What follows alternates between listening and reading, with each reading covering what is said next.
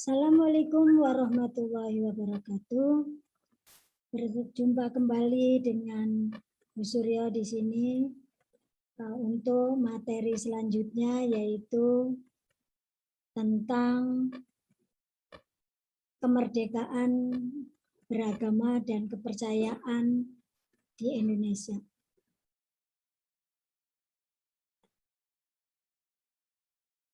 Namun sebelum kita mulai, mari kita berdoa terlebih dahulu. Berdoa dimulai.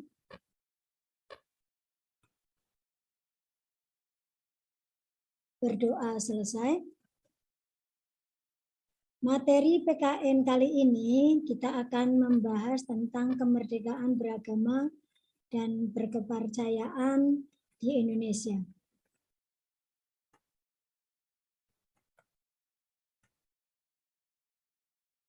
Pengertian kemerdekaan beragama dan kepercayaan di Indonesia mengandung makna bahwa setiap manusia itu bebas memilih melaksanakan ajaran agama menurut keyakinan dan kepercayaannya, dan dalam hal ini tidak boleh dipaksa oleh siapapun.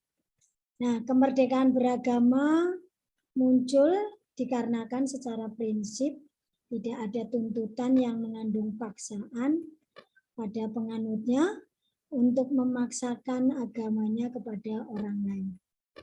Nah, kemerdekaan beragama bukan berarti memperbolehkan kita untuk tidak memiliki agama atau ateis.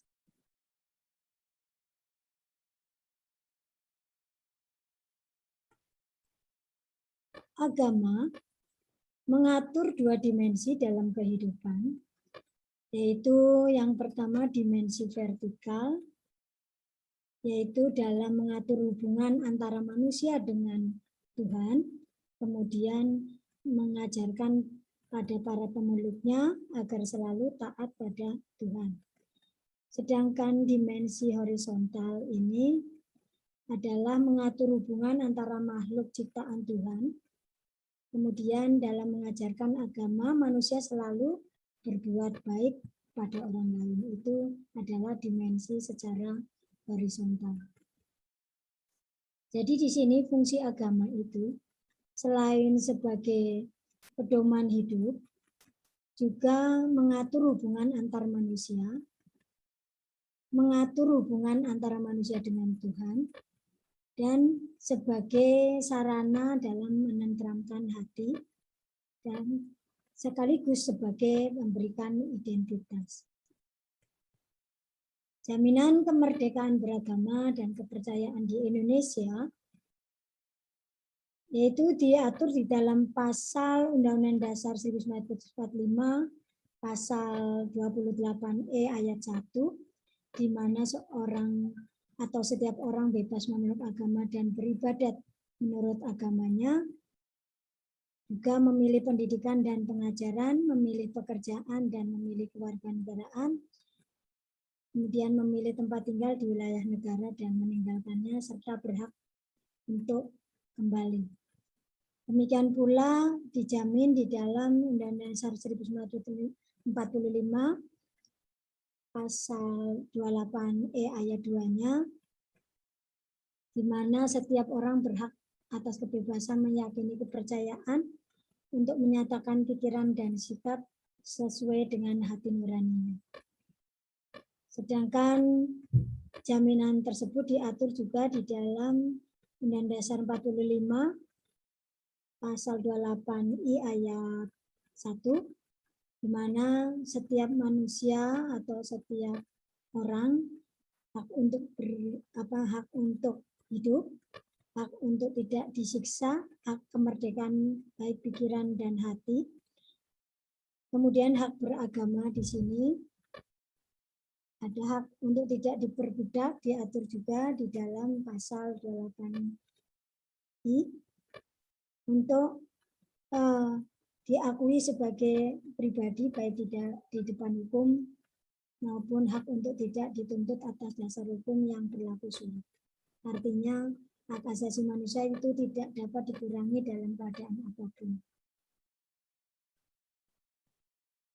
Jadi untuk mewujudkan terlaksananya undang-undang diperlukan adanya pengakuan yang sama oleh pemerintah terhadap agama yang dianut oleh warga negara.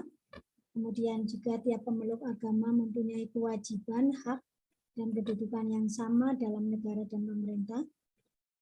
Juga mempunyai kebebasan yang otonom bagi para pemeluk agama dengan agamanya itu.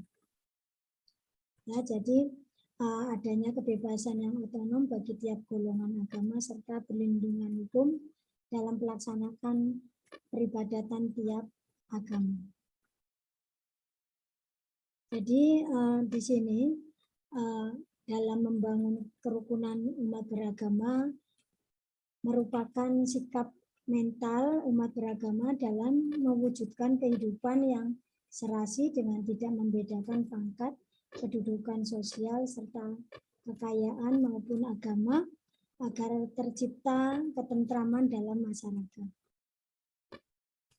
Ya, ini nanti kalian ada selain bentuk kerukunan beragama, juga ada 3 kerukunan umat beragama yang ditentukan di dalam undang-undang, yaitu kerukunan internal umat beragama, kemudian kerukunan internal antar umat beragama, dan kerukunan antar umat beragama dengan pemerintah. Di sini kerukunan internal umat beragama yaitu adanya kesepahaman dan kesatuan untuk melakukan amalan dan ajaran agama yang dipeluk dengan menghormati segala perbedaan yang ditolerir. Ya, kemudian dalam kerukunan umat beragama ini harus menjaga hubungan baik antara umat beragama agar tidak menimbulkan fanatisme yang mengakibatkan perpecahan di dalam masyarakat. Nah, kemudian kerukunan antar umat beragama dengan pemerintah dalam hidup beragama di masyarakat tidak lepas dari aturan pemerintah setempat yang mengatur tentang kehidupan bermasyarakat. Juga masyarakat juga tidak boleh hanya mentaati aturan agamanya saja, tapi juga harus taat pada hukum dari pemerintah yang berlaku. Ya, nanti kalian ini mengerjakan tugas yaitu tentang kemerdekaan beragama dan kepercayaan yang diatur dalam Undang-Undang RI nomor 39 tahun 99 ini, yaitu tentang pengesahan Konvenan Internasional tentang Hak-Hak Sipil dan Politik. Nah, tugas kalian adalah mengidentifikasi ciri-ciri kemerdekaan beragama dan kepercayaan yang terdapat dalam 2 peraturan tersebut. Dan tulislah hasil identifikasi kalian nantinya di dalam tabel sebagai berikut. Ya. Jadi nanti kalian menulis tabel di mana ciri-ciri kemerdekaan beragama serta penjelasannya. Ya. Semoga kalian dapat mengerti atau memahami apa yang Ibu jelaskan. Cukup sekian. Ibu akhiri, wabillahi taufik wal hidayah. Wassalamualaikum warahmatullahi wabarakatuh.